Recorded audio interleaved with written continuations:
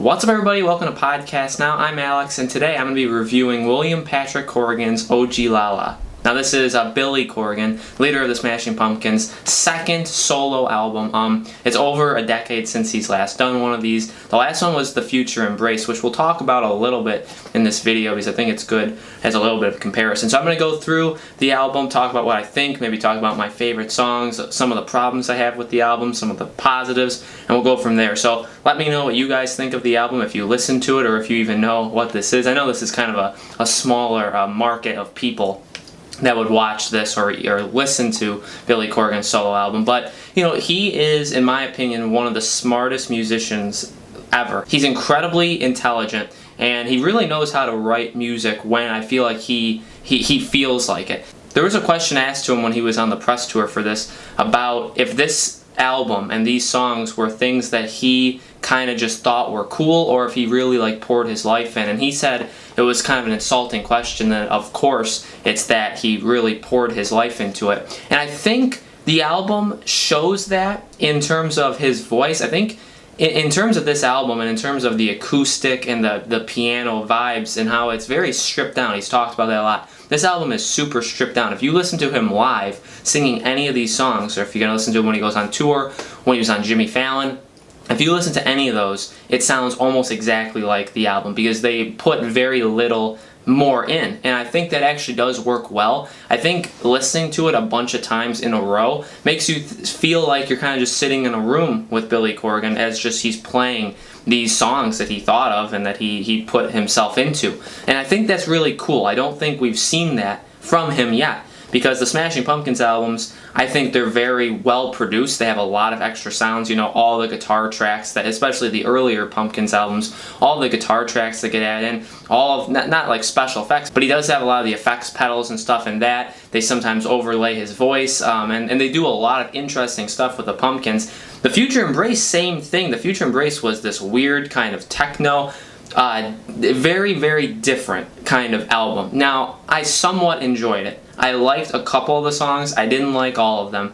I thought it was very obviously different, just like this is. This is different for a different reason. Like I said, this is more like you're sitting in a room with him and he's playing the music. It's very stripped down and in a way very beautiful, and that I've always loved his voice. I like his voice. I like the way he sings. I know a lot of people, it could get on their nerves. I think that just depends on who you are. If you don't like his voice, you're really not going to like these songs, because what I find in these songs is there are some really, really good ones. I'll talk about that in a second. But what tends to happen in this album, even though it's only 11 songs and it's kind of short, the last 4 tend to kind of sound like each other in terms of the music in the background, in terms of his guitar playing, and the last couple songs really are a lot of guitar work.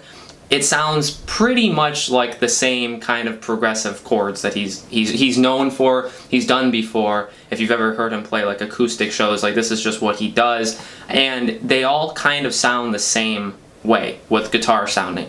What stands them out is his voice, and like I was saying earlier, with him putting passion into it, I think that's what people have tended to nail him on over the past little while. Now, I think Oceania is a really, really good album. I think that album is the best album he's made since Swan and since the Pumpkins broke up.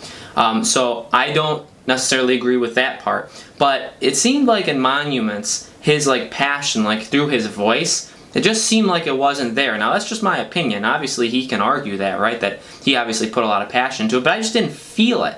And you feel it in this album. You feel it a lot. It seems like he's really trying. And not to say he wasn't trying with Monuments. Monuments is a pretty good album. But I think Oceania, which again people kind of bag on, I think that album is really, really good. And that shows more of his passion than Monuments. And I think this one shows more passion than Monuments as well. And speaking of Oceania, one of these songs in particular, The Spaniards, that song reminds me the most of Wildflower, which is the last track on Oceania. I really like The Spaniards in this. Now, he's played this live, and I thought he had done that before he even said it. I went to see him live when he was going around for Monuments in 2015.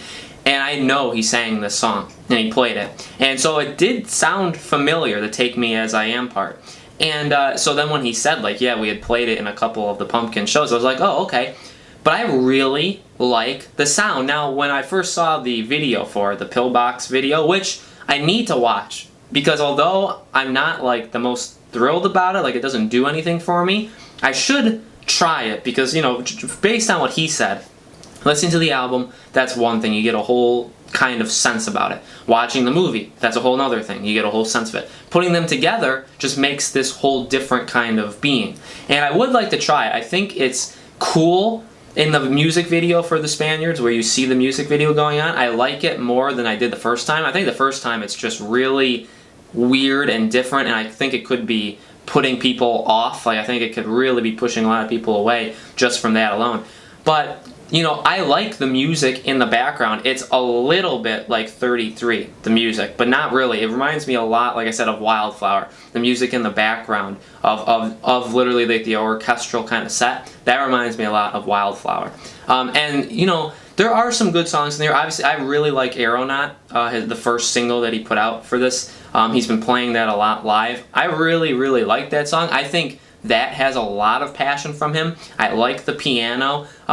You know, it was weird because normally I like the guitar work he does. He's one of the best guitar player musicians, I think, of all time. Super, super good. I like his guitar work normally more. And when he goes on the piano, it's like, all right, like in the 2015 tour, he played Tonight Tonight on piano. It's like, I'd like to listen to this on guitar. When he toured with Manson, I ended up hearing that. But, you know, when he was going on the piano, I was like, all right, like this is different. And I think the piano just has this nice way, like I said, of stripping down, making it even more like ground level him playing.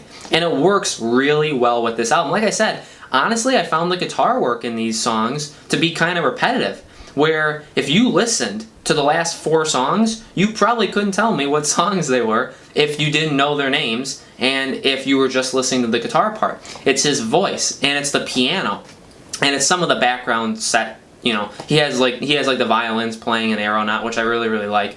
But the guitar work gets very, very repetitive, but the piano work definitely stands out, and I think he's getting more into the piano work, so it'll be interesting to see what he does in the future solo-wise with the piano, even the Pumpkin-wise, you know, it'll be interesting to see what he does. But I think the piano is the best part of this entire album. You know, the Spaniards is a nice mix of the background music along with the guitar, and I think it stands out because it's one of the first songs you hear with that mixture, whereas the later songs tend to just be guitars. The middle songs are good too, and they kind of are the first start of like this repetitive guitar structure, I think personally. But like Zoe, starting it up with Zoe, that's a really good song. I like, and I know he was talking about doing things like David Bowie used to do with adding like that extra key for the piano.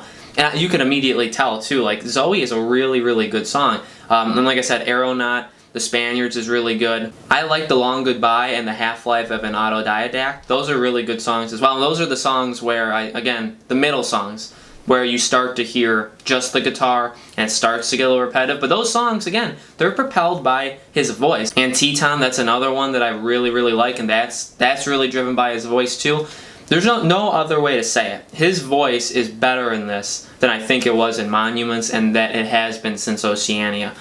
There seems to be passion. You can tell there's passion in these songs, and that's very, very good. I'm very happy with that. I like his voice a lot. I wish there were more songs. You know, Monuments did that too, where there were only 9 songs. And you know, in this album, you can complain about that, but honestly, and it's nothing against Billy Corgan, but I can see it. I can see like stopping it at 11 is probably the best way to go, because I don't know if it's just the pacing and how he structured the songs to come out, but again, it kind of falls apart towards the second half, especially songs like 7 through 11. If it was longer, if it was like 15 songs, that would be, I don't know how you would do it. Now, he's talked about how like the structure of how these songs come out, if you asked him once a month, he would give you a different answer of where everything goes. I think Zoe, it's a perfect spot for that to be in. I would just place the last 4 songs in different orders. Like put them in the middle, maybe put Aeronaut later, in between some of these songs, maybe put the Spaniards, maybe put The Long Goodbye.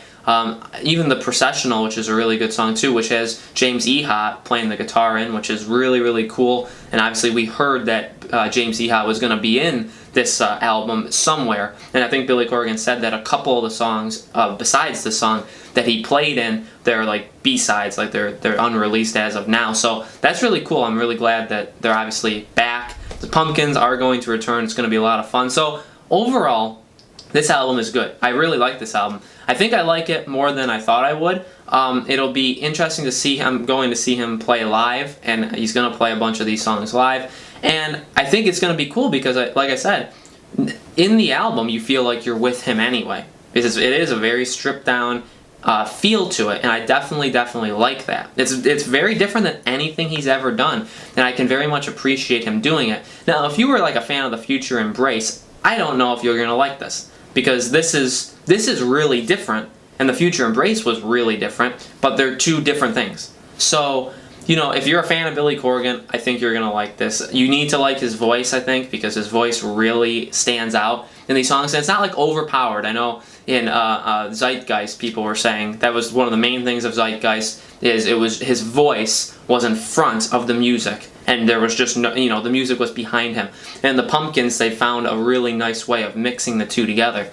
I get that. I liked some of the songs in Zeitgeist a lot, actually. I think there's some really good songs there. In this album, his voice is also propelled, but you also get this orchestral music behind him. You get the piano, you get the guitar, and you get these weird sounds like with the Spaniards. So it really works really well, I think. So I think you should go support this album. I mean, you don't have to buy it. It's on streaming services. You can listen. He put it all on his YouTube channel, so William Patrick Corgan. So they're all there. You can listen to them and judge for yourself. Let me know in the comments below what you guys think of this album. If you like Billy Corgan, if you like the Smashing Pumpkins, let me know. Make sure to subscribe to our YouTube channel, Podcast Now. Like and share the video, and I will see you guys on the next music review.